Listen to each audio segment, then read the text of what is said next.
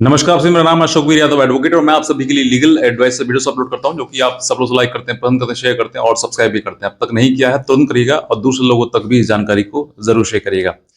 देखिए, बहुत सारे ऐसे केसेस हैं जहां पर पत्नी ने मुकदमे कर दिए हैं तो पत्नी एकदम से सीना चौड़ा करके रहती है और पति बेचारा परेशान हो जाता है क्योंकि उसके पास कभी मेंटेनेंस का नोटिस तो कभी 498 का वारंट, कभी किसी का नोटिस। पत्नी जो है मतलब कई मुकदमे कर देती है, मेंटेनेंस, डीबी, घरेलू हिंसा और 498 ए, तमाम मुकदमे करने के बाद उसके बाद बार बार हर बार मेंटेनेंस का कभी नोटिस, कभी 498 का नोटिस, इसका नोटिस, वो तमाम नोटिस या वारंट वगैरह निकलते रहते हैं और इसी वजह से जो है वो पत्नी सीना छोड़कर चलती है और पति बेचारा परेशान हो जाता है, पीड़ित हो जाता है। वो समझ नहीं पाता कि मैं करूं तो करूं क्या। वो वकील के पास जाता है तो वकील भी कहीं ना कहीं उसको ऐसी डायरेक्शन देते हैं कि भाई पत्नी है, वो मुकदमा करेगी, तुम्हें सजा हो जाएगी। ये सब चीजें वकील भी समझाते हैं।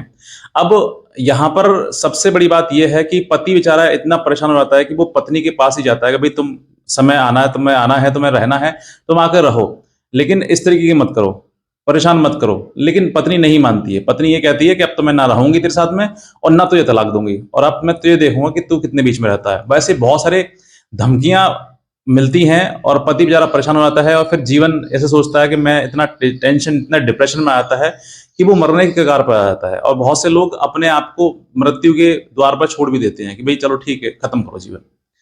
लेकिन आपको परेशान नहीं होना है। आज मैं आपको यही रास्ता बताऊंगा कि अब जो है, अगर आपकी पत्नी तलाक नहीं दे रही है, तलाक लेने की आवश्यकता नहीं है आपको। मैं आपको बताऊंगा क्या तरीका है वो, क्योंकि बहुत सारे लोग बहुत ज्यादा मारे जा रहे हैं आजकल, बहुत ज्यादा परेशान होकर कानून से कहीं तो कहीं न कहीं पारिवारिक समस्याओं में जूझ कर वो अपना जीवन त्याग रहे हैं और कुछ मार दिए जा रहे हैं। सब कुछ समझ में आ रहा है, लेकिन सबसे पहले आपको अपने आप को थोड़ा स्ट्रांग बनाना है, वो मैं आपको बताना चाहूंगा। लेकिन उससे पहले ये भी कहना चाहूंगा कि अगर आप नए हैं तुरंत सब्सक्राइब कर लें और एक हमारा व्हाट्सएप ग्रुप है जिस पर आप डायरेक्टली हमसे जुड़ना चाहते हैं तो आप जुड़ सकते हैं। उसका लिंक मैंने इसी वीडियो के नीचे डिस्क्रिप्शन में दिया हुआ है, उसको क्लिक करके फॉलो कर लीजिए। वहां पर मैं आपको लेटेस्ट जानकारी, अपडेट्स और जजमेंट्स वगैरह प्रोवाइड करता रहता हूं। और एक कल ही मैंने वीडियो बनाया था जिसमें बताया था मैंने आपको कि पत्नी से हार कर भी जीत जाएंगे आप, वो मैं तरीका बताया मैंने उसमें। आप उसको वीडियो देख लीजिए। उस वीडियो का लिंक भी मैंने इसी वीडियो के नीचे डिस्क्रिप्शन में दिया हुआ है, आप उसको जरूर देखिएगा।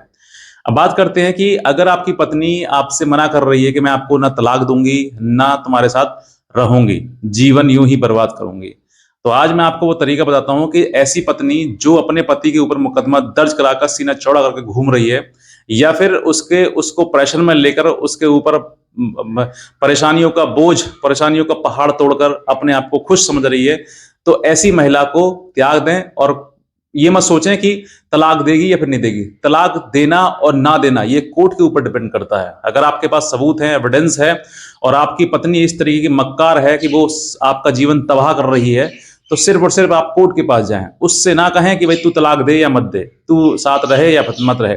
इतना आपको पीड़ित हो गया कि आपने जीते जी मौत के दर्शन कर लिए हैं, तो आपको उसके पास जाने की आवश्यकता नहीं है, क्योंकि वो तुम्हारी नहीं सुनेगी, ना तुम्हारी है वो। अगर होती तो तुम्हें एक क्षण भी तुमको दुख नहीं देती वो, और सारा दुख अपने ऊपर झेल लेती और कहती कि मेरे तुम पति हो, जैसे भी तुमने किया या मैंने किया, जो भी है तुम मेरे साथ रहो। लेकिन कहीं ना कहीं आज तुम गिड़गड़ा रहे हो उसके आगे कि तू मेरे साथ रहे, क्योंकि मुकदमे मत कर, परेशानी मत कर।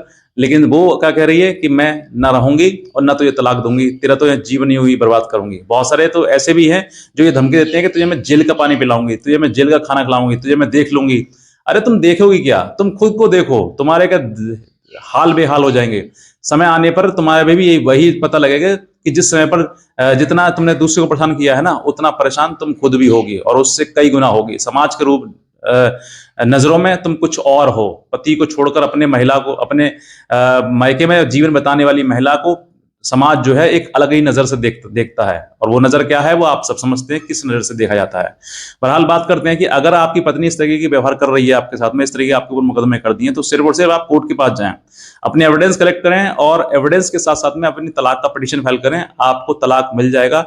और इन केस नहीं मिलता है तो उस महिला को जिसके ऊपर आपने जिसने आपके ऊपर मुकदमे किए हुए हैं, उस महिला को ये कंफर्म हो जाएगा कि ये आदमी मुझे रखेगा नहीं। और जब रखेगा नहीं तो साफ है, स्पष्ट है कि वो कहीं और रास्ता ढूंढेगी और फिर कहीं ना कहीं तुमसे वो पीछे छूट ही जाएगा। क्योंकि जिस दिन महिला को ये पता लग जाता है कि ये पति मुझे रखेगा ही नहीं, कंफर्म हो जाएगा। क्योंकि जब आप तलाक का मुकदमा डालोगे तो तलाक के मुकदमे तुम्हारे बयान होंगे, आपसे पूछा जाएगा, आपका जो डिफेंस का वकील है वो आपसे पूछेगा कि तुम इसको रखना चाहते हो, तो स्पष्टली एक ही शब्द में कहें, नहीं, बिल्कुल नहीं। क्यों? क्योंकि इसने ये मुकदमे कर दिए हैं, जो भी कारण रहा है उसको ना रखने का, वो आप स्पष्टली कोर्ट में कह सकते हैं। डरने की, घबराने की आवश्यकता नहीं है।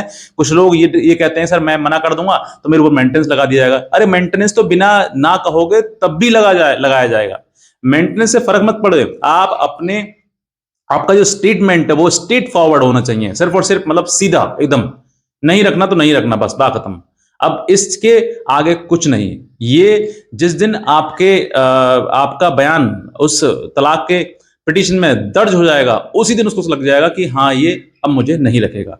तो जिस दिन नहीं रखेगा उस दिन फिर वो अपना भी साइड करना शुरू कर देगी, किनारा शुरू कर देगी, और जितने मुकदमे हैं वो धीरे धीरे उन मुकदमों में टूटना शुरू कर देगी और वो फिर मुकदमों में जाना भी बंद कर देगी। इसीलिए अपनी बात स्ट्रेट रखिए। जो निर्णय आपने एक बार ले लिया, फिर उसके बाद भगवान भी उतर आए, फिर निर्णय नहीं बदलना चाहिए। ये आपको सोचना है, क्योंकि अगर इन सब चीजों से आप लगातार जूझते रहेंगे, लगातार इस तरह की परेशानी में आप उसी से बार बार अपनी बात कहते रहेंगे, तो फिर वो और उसके भाव बढ़ जाएंगे, और फिर भाव बढ़ने का मतलब समझ लीजिए कि जीवन में आपको परेशानी ही परेशानी है। जो महिला आपका दुख नहीं समझ सकती है, आपको नहीं समझ सकती है, और आपके ऊपर मुकदमा वारंट, क्योंकि देखिए कोर्ट में अगर उसने मुकदमा डाल दिया और वहां से नोटिस या वारंट आ रहा है, तो ये ना समझे कोर्ट निकाल रहा है। हर बार एप्लीकेशन देती है निकलवाने के लिए, तब जाकर निकलता है। यानी कि वो क्या चाह रही है आप समझ जाइए। 490 डे मुकदमा कर दिया तो मुकदमा कर दिया। अब करने के बाद जो है, अगर उसमें वारंट या सम्मन निकाले जाएंगे तो पैरवी करनी पड़ती है, और पैरवी का मतलब कि उसको एप्लीकेशन देनी पड़ेगी, और एप्लीकेशन का मतलब साफ है कि वो कहीं ना कहीं आपको चाहती क्या है, जेल भिजवाना है, यानी कहीं ना कहीं आपको परेशान करना। तो वो सब कुछ वो कर रही है, तो वो करने दीजिए, आपको उसमें कुछ नहीं करना है। आपको अपना निर्णय लेना है कि मुझे करना क्या है। जिस दिन आपका निर्णय साफ हो जाएगा ना, उस दिन आपका जीवन साफ हो जाएगा, और आपका जीवन एक नई दिशा और एक नई दौड़ पकड़ लेगा। इतने कहना चाहूंगा। अगर आप नए हैं तुरंत सब्सक्राइब कर लें और दूसरे लोगों तक जरूर इस वीडियो को शेयर करें। आज का वीडियो देखने आपसे बहुत धन्यवाद।